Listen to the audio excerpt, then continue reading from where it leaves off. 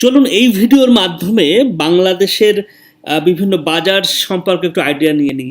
যেভাবে দেখতে পাচ্ছেন এই মুহূর্তে ইলিশ মাছ, ইলিশ বিক্রি হচ্ছে। এই ইলিশগুলো কেজি সাধারণত 1200 থেকে 1800 টাকার মধ্যে আমি দেখেছি। তারপরে হচ্ছে আনারস, আমরা দেখব এখন আনারস। আনারস সম্পর্কে জানবো বাংলাদেশেরই আমার এক বন্ধু ভাই তন্ময়ের কাছ থেকে।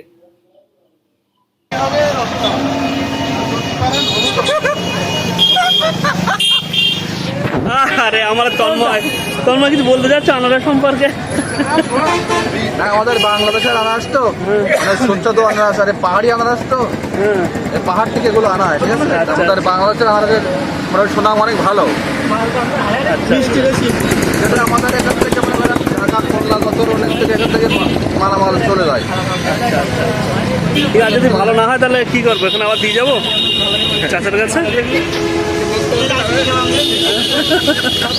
তো আনারস কেনা মোটামুটি কমপ্লিট। তারপরে আমের বাজারে এসছি। এখানে কিন্তু অনেক ধরনের আম, বাংলাদেশের যেমন আমগুলোর মধ্যে বিখ্যাত হচ্ছে এখানে হাড়ি ভাঙা আম আছে, এখানে ন্যাংড়া আম আছে, এখানে হিমসাগর আম আছে।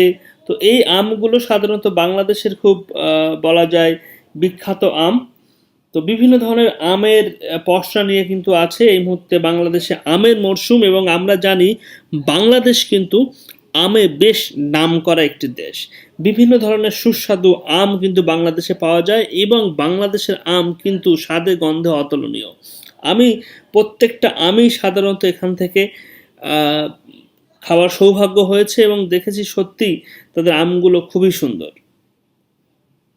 তখন আম কেনার পালা চলছে। এখন এখান থেকে আমরা আম কেনার চেষ্টা করছি। এরপর হচ্ছে পেয়ারা। এই পেয়ারাগুলোকে সাধারণত থাই পেয়ারা হিসেবেই বাংলাদেশে প্রচলিত। বাংলাদেশের বলা হয় এগুলোকে থাইল্যান্ডের একটি পেয়ারার জাত। পেয়ারাগুলো কিন্তু সত্যি খুব মিষ্টি এবং বড় আকারেরই হয়। প্রত্যেকটা পেয়ারের গায়ে জরি লাগানো আছে, এটা একটা ইউনিক ব্যাপার। ইন্ডিয়াতে সাধারণত এইভাবে জরি লাগানো পেয়ারা দেখা যায় না। আর সামনে তো আমাদের পরিচিত কলা আমরা দেখতেই পাচ্ছি। এখন এখান থেকে পেয়ারা পছন্দ করার পালা। কিছু পেয়ারা পছন্দ করে নিই এবং সেই পেয়ারাগুলো এখান থেকে আমরা নিয়ে যাব বাড়িতে। বাড়িতে গিয়ে সেই পেয়ারাগুলো খুব সুন্দরভাবে কিন্তু খাওয়ার ব্যবস্থা করা হবে। তো সবাই মিলেই আমরা এখানে আছি এই মুহূর্তে ফলের দোকানে। বলা যায় যাচাই বাছাই চলছে পেয়ারার। তো কিছু থাই পেয়ারা এখান থেকে নেব। বেসিক্যালি এটা হচ্ছে সবজির যে বাজারের যে আইডিয়াটা বাংলাদেশের, সেটা আমি দেখানোর চেষ্টা করছি এই ভিডিওর মাধ্যমে। এই কলাগুলো একটু পচে গেছে, সেগুলোও দেখালাম অ্যাকচুয়ালি। তো পেয়ারা আমরা আরও পেয়ারা দেখে নিচ্ছি। এখানেও বেশ কিছু ফল আছে, যেমন আশফল আমরা দেখলাম, ডাফল দেখলাম, এগুলো খুব ঐতিহ্যশালী ফল। এইটা হচ্ছে লটকন। এটাকে কিন্তু বলা হয় লটকন। লটকন কিন্তু বাংলাদেশের একটি খুব জনপ্রিয় ফল।